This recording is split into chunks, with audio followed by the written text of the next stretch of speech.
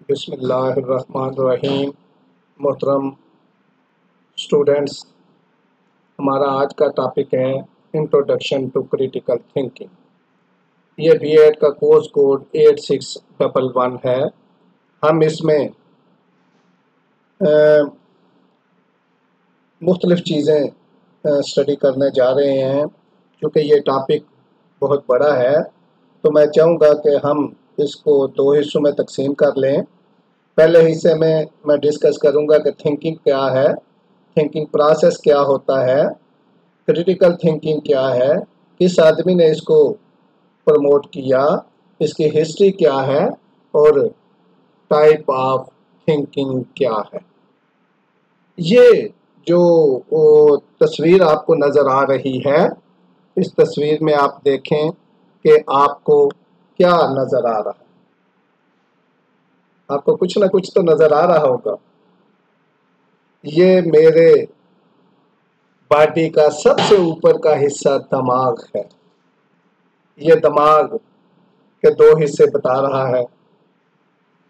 रहा है कि हम अपने दिमाग को दो हिस्सों में तकसीम करते हैं। एक राइट का हिस्सा कहलवाता है, एक लेफ्ट का हिस्सा कहलवाता है।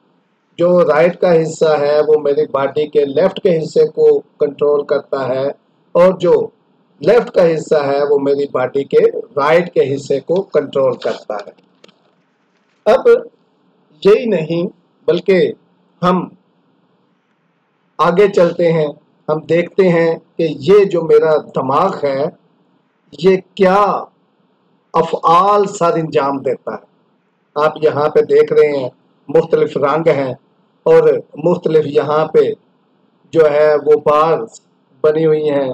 बता रहा है ये, अगर आप मेरे लेफ्ट साइड पे देखें तो फ्रंटल लोब आपको नज़र आई होगी। यहाँ पे आखिर में दो आपको चीज़ें नज़र आ रही होंगी कि रीजनिंग और एग्जेक्टिव फंक्शन।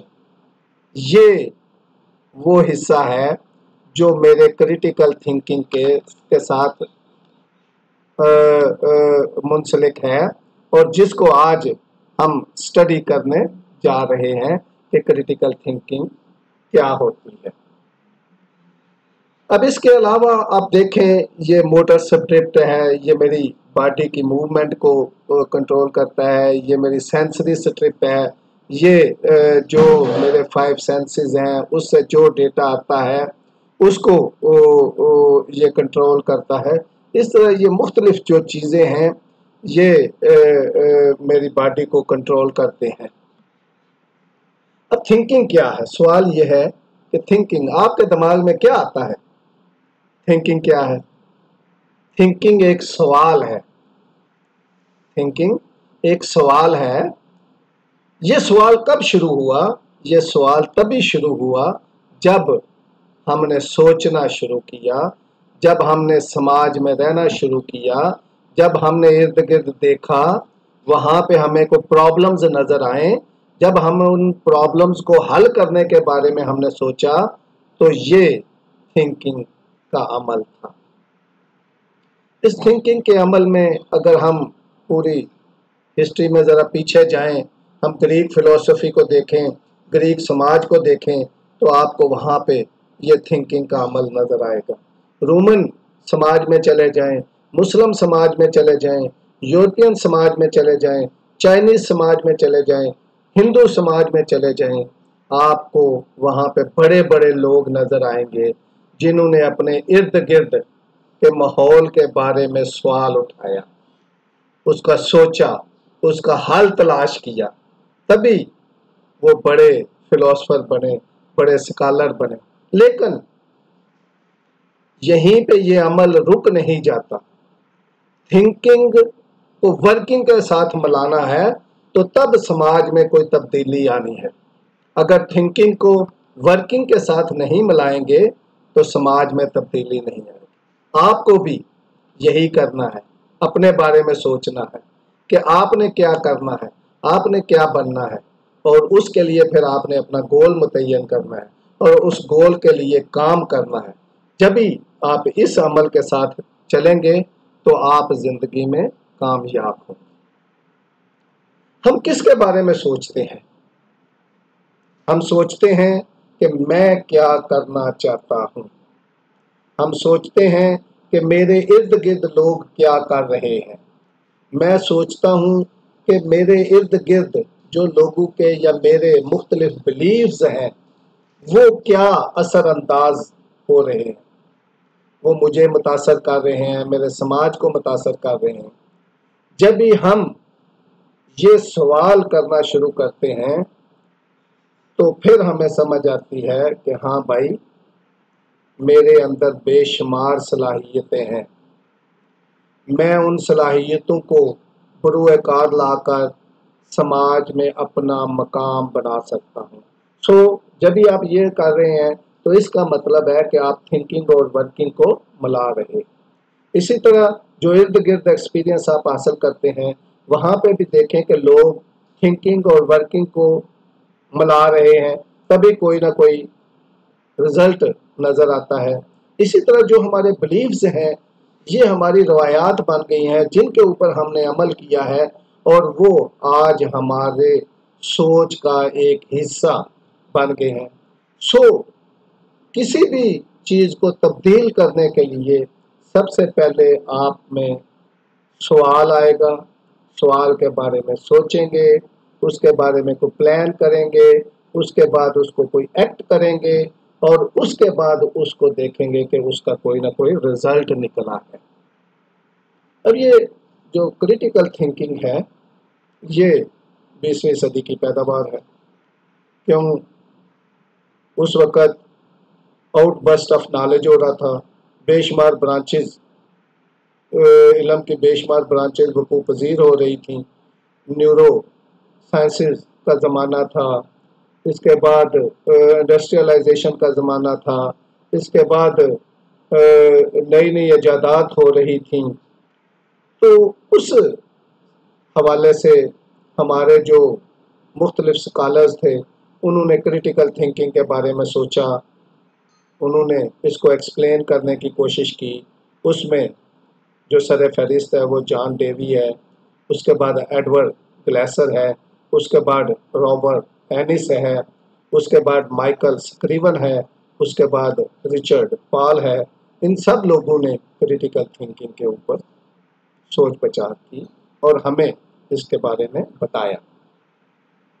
अब क्रिटिकल थिंकिंग का प्रोसेस क्या है, इस प्रोसेस के बारे में हमें पालो फ्रेरे ने कुछ बताया। पालो फ्रेरे साउथ अमेरिका का एजुकेशनिस्ट था, वहाँ पे बड़ा जुल्म होता था, कैपिटलिज्म वहाँ पे अपनी ग्रिप बड़ी मजबूत किए हुए थी, पूरी चीज़ें उनसे लेकर चले जाते थे, उनकी वसी पैमाने पर एक्सप्लॉयटेशन थी, लोग सदियों से गुर्बत में ही रह रहे थे। तो पालो फ्रेरे ने सोचा, देखा, सवाल उठाया और उसने ये नतीजा निकाला कि जो हमें तालीम दी जा रही है वो इस एक्सप्लॉयटेशन सिस्टम को प्रमोट कर रही है, इसको डेंट नहीं डाल रही।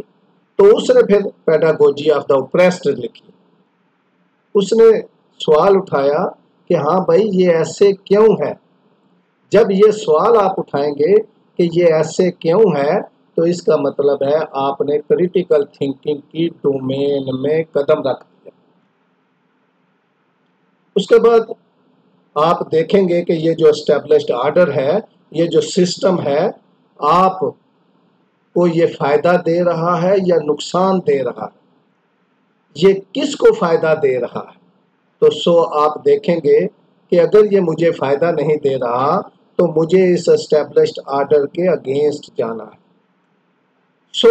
इस अगेंस्ट जाने के लिए उसने एक टर्म इंट्रोड्यूस कराई जिसका नाम था कंसेंटाइजेशन।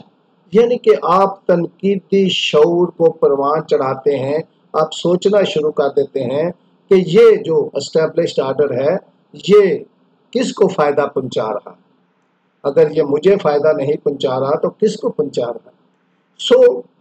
उसने कहा कि हमें इंसानों को बराबर लाने के लिए सोशल जस्टिस की बात करनी चाहिए और हमें तालीम का एक ऐसा निज़ाम लाना चाहिए जिसमें सोशल जस्टिस की फ़िलॉसफी को प्रमोट किया जाए। और जब भी ये सोशल जस्टिस की फिलॉसफी के ऊपर हम अमल करेंगे तो हम सब इंसान एमेंसिपेटेड हो जाएंगे, हमें एमेंसिपेशन मिलेगी, हमें आज़ादी मिलेगी, हमें लिबर्टी मिलेगी, हम समाज में इक्वली सोच इक्वल लेवल पे आएंगे। और जब भी इंसान इक्वल लेवल पे आएगा तो उसकी क्रिटिकल थिंकिंग भी प्रमोट होगी, उसकी क्रिएटिव थिंकिंग भी प्रमोट होगी, उसकी प्रॉब्लम सॉल्विंग थिंकिंग भी प्रमोट होगी। ये सारी तीनों स्किल्स जो हैं ये जब भी प्रमोट हो जाएंगी तो वो इंसान एक सोशल कैपिटल बन जाएगा और फिर अपने समाज को वो तरक्की की मंजिलों पर ले जाएगा। अब हमें देखना यह है कि क्रिटिकल थिंकिंग है क्या। क्रिटिकल थिंकिंग दो चीज़ों के ऊपर इन्हिसार करती है। नंबर एक, आप रैशनली थिंक करना शुरू करें। नंबर टू, आप क्लियरली थिंक करना शुरू करें। अब रैशनली थिंक करने का मतलब यह है कि आपको अपने बायस का शिकार नहीं होना, आपको ऑब्जेक्टिवली सोचना है, आपको देखना है कि ये जो अमल हुआ है या बाहर कोई इवेंट हुआ है इसके नुकसानात और फ़वायद किसको हो रहे हैं, और उसके हवाले से आपने सवाल उठाना है। जब भी आप सवाल पूछेंगे तो फिर आप इस सवाल को एक साइंटिफिक अंदाज में इसका जवाब भी तलाश करेंगे। जब भी आप ये तरीक़ाकार अडॉप्ट करेंगे तो इसका मतलब है कि आपने रैशनली सोचना शुरू कर दिया। अब इसका दूसरा हिस्सा है कि क्लियरली सोचना। वो कैसे है? कोई भी बंदा अपनी विशेस के ऊपर जो रिजल्ट निकालेगा वो फ़ायदामंद नहीं हो सकता। सो इसके लिए आपको डेटा इकट्ठा करना है और आपको डेटा मुख्तलिफ सोर्सेज से इकट्ठा करना है। जब आप मुख्तलिफ सोर्सेज से डेटा लेंगे, उसकी स्टडी करेंगे, डीप स्टडी करेंगे, क्रिटिकली उसको एनालाइज करेंगे तो फिर आप सही सवाल पूछने के काबिल हो जाएंगे और उसी सवाल के जवाब के लिए आप एक पूरा प्रोसेस अडॉप्ट करेंगे और उसके बाद आप कोई नतीजा निकालेंगे। तो इसको कहते हैं कि आप क्रिटिकल थिंकिंग के प्रोसेस में शामिल हो चुके हैं। अब थिंकिंग की दो तीन किस्में बताई जाती हैं। Number one critical thinking, number दो क्रिएटिव थिंकिंग, नंबर तीन प्रॉब्लम सॉल्विंग। अब हम पीछे अपने तस्वीर को ज़हन में लाएं तो मैंने उधर आपको बताया था कि जो मेरा लेफ्ट ब्रेन है वहाँ पे दो चीज़ें हमने डिस्कस की थी। एक जो है वो रीजनिंग है और दूसरा एग्जेक्टिव फंक्शन। ये क्रिटिकल थिंकिंग का पार्ट है। इसी तरह राइट साइड पे आप देखें तो वहाँ पे हमें आइडियाज़ का एक वर्ड नज़र आएगा। ये हमारा जो राइट ब्रेन है वो हमारी क्रिटिकल थिंकिंग को, इनोवेशंस को ये कंट्रोल करता है। और उसके बाद जब हम इन दोनों को एनालाइज करते हैं, इनको एवेल्यूएट करते हैं, इनको सिंथेसाइज करते हैं तो फिर हम अपने सवाल को हल करने की तरफ जाते हैं और इसको कहते हैं प्रॉब्लम सॉल्विंग। और जब भी हम किसी सवाल का जवाब तलाश कर लेते हैं तो फिर हम उसके ऊपर डिसीजन लेते हैं और ये सोचने का एक तीसरा तरीका है जिसको कहते हैं प्रॉब्लम सॉल्विंग डिसीजन मेकिंग। अब सवाल यह है कि ये जो क्रिटिकल थिंकिंग है इसका मायार क्या होगा, इसके स्टैंडर्ड्स क्या होंगे, कौन कौन सी चीज़ें क्रिटिकल थिंकिंग के लिए अहम है। सो जैसा कि पीछे मैंने डिस्कस किया है कि आपने क्लियरली थिंक करना शुरू करना है। जब भी आप क्लियरली थिंक करना शुरू करेंगे तो उसकी बुनियाद जो है वो डेटा है और डेटा की एक्यूरेसी बहुत ज़रूरी है, डेटा के में प्रिसीजन भी बहुत ज़रूरी है और फिर उस डेटा की रेलिवेंसी भी बहुत ज़रूरी है। जब भी आपके पास डेटा होगा तो आपके पास नज़रियात की वुसअत और गहराई भी आएगी। जब आपके पास मुख्तलिफ लोगों के नज़रियात की वुसअत और गहराई आ जाएगी तो फिर आपका काम यह है कि आप उसके ऊपर लॉजिक अप्लाई करके अपना डिसीजन लें। जब आप उसके ऊपर लॉजिक अप्लाई करेंगे तो आपके लिए फिर भी एक शर्त मौजूद रहती है। वो शर्त क्या है? वो शर्त यह है कि आपको फेयर होना है, आपको बायस नहीं होना, कंफर्मेशन बायस का शिकार नहीं होना, आपको ओपन माइंडेड होना है। तब आप एक सही रिजल्ट के ऊपर पहुंच पाएंगे। आपका बहुत शुक्रिया।